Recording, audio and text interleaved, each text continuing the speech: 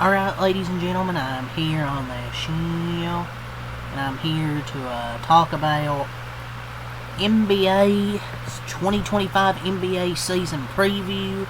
We're here to go over a bunch of shit here to talk about before the NBA season starts next week. Figure I would get it done today because all I really have is the NLCS Dodgers with my Dodgers for Game 2, so I'm like, let's do an NBA season preview.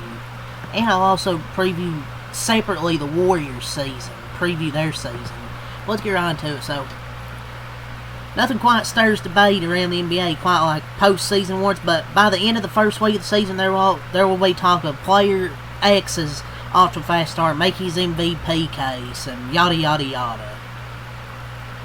But just a third of the way to the season, same for the Rookie of the Year, Sixth Man, or any other award. So let's start that debate now. Give some predictions for like MVP, Depoy, Rookie of the Year, and more. So MVP this year, you know what? I'm gonna say Giannis win. It's weird that picking a two-time winner of the award, one of the top 5 players in the world, and a player still in his prime is somehow a bold choice for MVP. But here we are.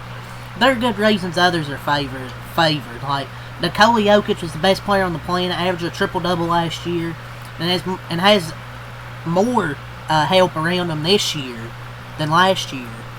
SGA won last season, is just entering his prime while playing for the heavy favorite, had the best record in the NBA again. Luka's in the best shape of his career and playing with a chip on his shoulder in a big market. But I'm going to say Giannis wins it, man. It's not just the stats, man. 30.4 points, 11 rebounds, 6 assists, paired with elite defense. It's also the fact that with Damian Lillard waving back in Portland, there isn't another high-level shot creator on the roster. It all falls on Giannis, who has to do more in that set. And that said, he's likely to get this Bucks team in the top 4 in the East. It's likely he's got to get them in the top 4 in the East to win this. There'll be a cloud over him all season after his comments about reassessing the situation next summer.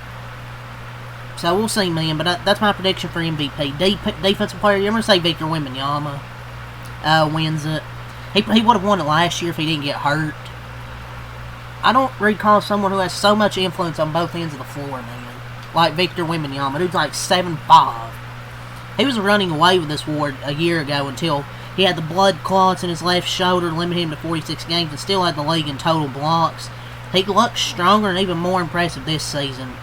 And I expect him to be the unanimous or near unanimous choice to win the award this season. There's other guys that could be there, like Evan Mobley, Eamon Thompson, Dyson Daniels. They might get like some votes for this, but I would say Victor Wembanyama, dude. It's going to be so tough, dude.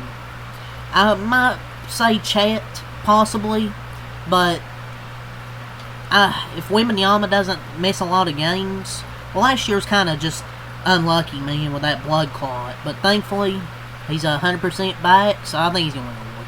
Coach of the Year, I'm going to say David Adelman from Denver, man. Jamal Mosley in Orlando and Quinn Snyder in Atlanta are coaches who fit the model of coaches who win this award. Teams that make a massive leap over year over year in wins and playoff positioning, even if it's kind of expected in both cases. Another smart vote could be Ime Udoka, but don't give me David Adelman, man. He was thrust into a difficult situation last season. Michael Malone was fired with 3 games left of the season, but he guided the Nuggets on a playoff run that went as deep as anyone could have expected, pushing the champion OKC Thunder to 7 games. And he's also handed an upgrade over Michael Porter Jr., Cameron Johnson. You had Jonas Valanciunas, the best backup center Jokic has ever had. Bruce Brown, who was a big part of that that championship a few years ago. Tim Hardaway Jr., a sniper 3-point shooter, and you expect a step forward from Julian Strawther. So I'm going to pick David Adelman. I mean, it's tough for the coach of a team with one of the best player in the league and high expectations to win this award, but I think he can be an exception. Rookie of the Year, I mean, I don't really have to waste too much time on this. I'm going to say Cooper Flagg. Both Fiji Edgecombe and Dylan Harper have looked legit this preseason, and both are going to have the ball in their hands and have a chance. Trey Johnson should put up a lot of points with the Wizards, but this is Cooper Flagg's award to lose. He's lived up to all the billing in the preseason. I know it's preseason, but still, I think he's going to play a lot of meaningful games on the Dallas Mavericks. I'll say one dark horse, I would say Ace Bailey. He's looked good in the preseason and will have an all-you-can-eat buffet of shots on this team. So, 6th man of the year.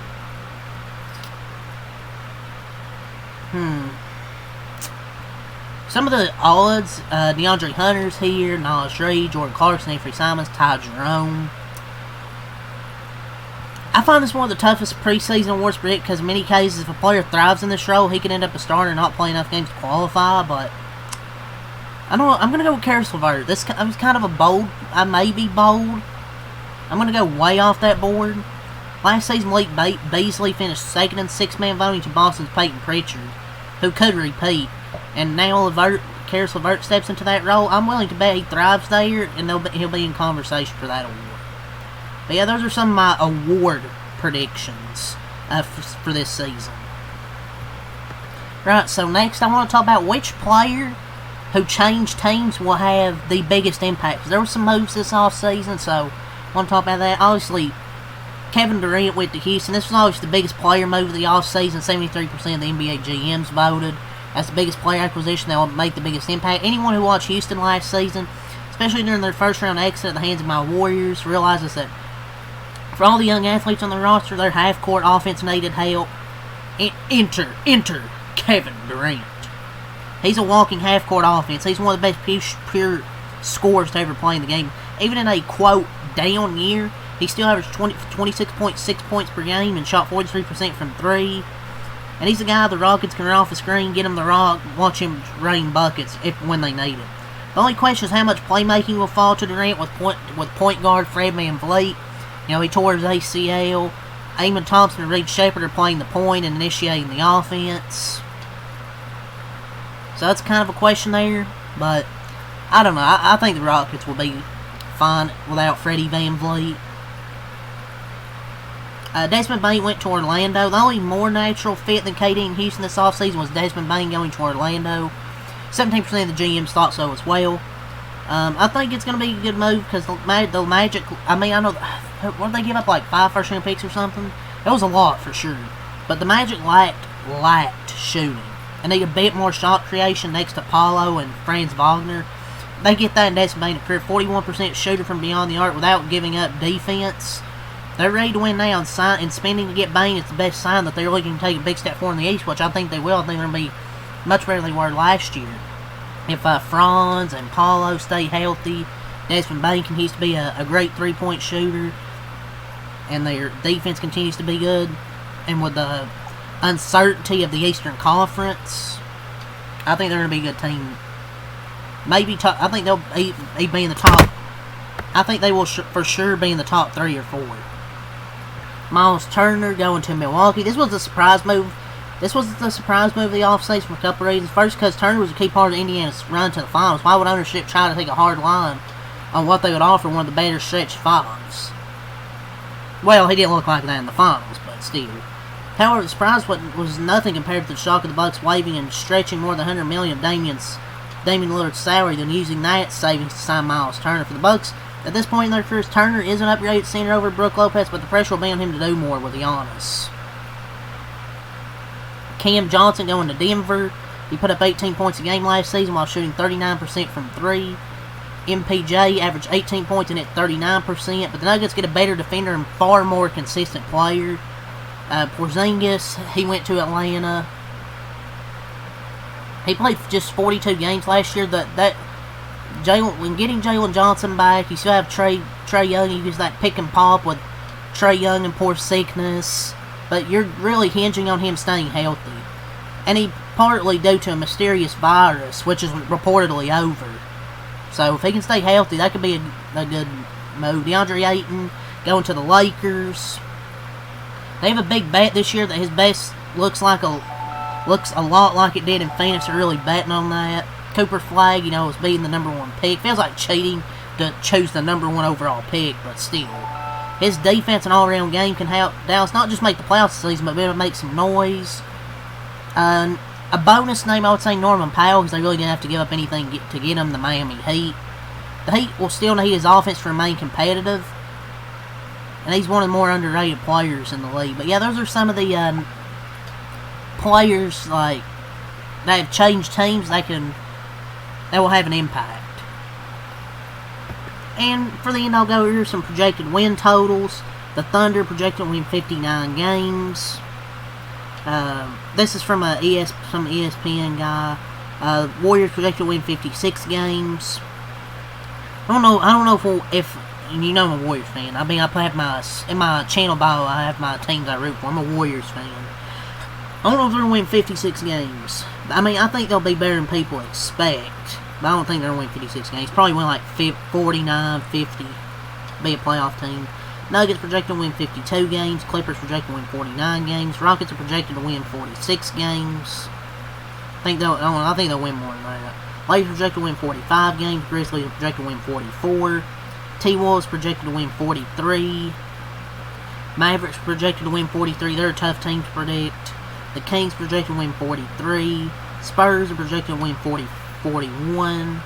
Blazers projected to win 35 games. Suns projected to win 34 games. Pelicans 32 games. If Zion stays healthy, maybe they can win more, but I don't know. Jazz projected to win 20 games there in the West and the East. Cavs are projected to win 50 games. Magic projected to win 49 games. Oh, Orlando Magic. Oh, whoa. Where the fuck that song is. The Knicks projected to win 47 games. Pacers projected to win 45 games. Celtics projected to win 45 games. The Bucks projected to win 44 games. The Hawks projected to win 44 games.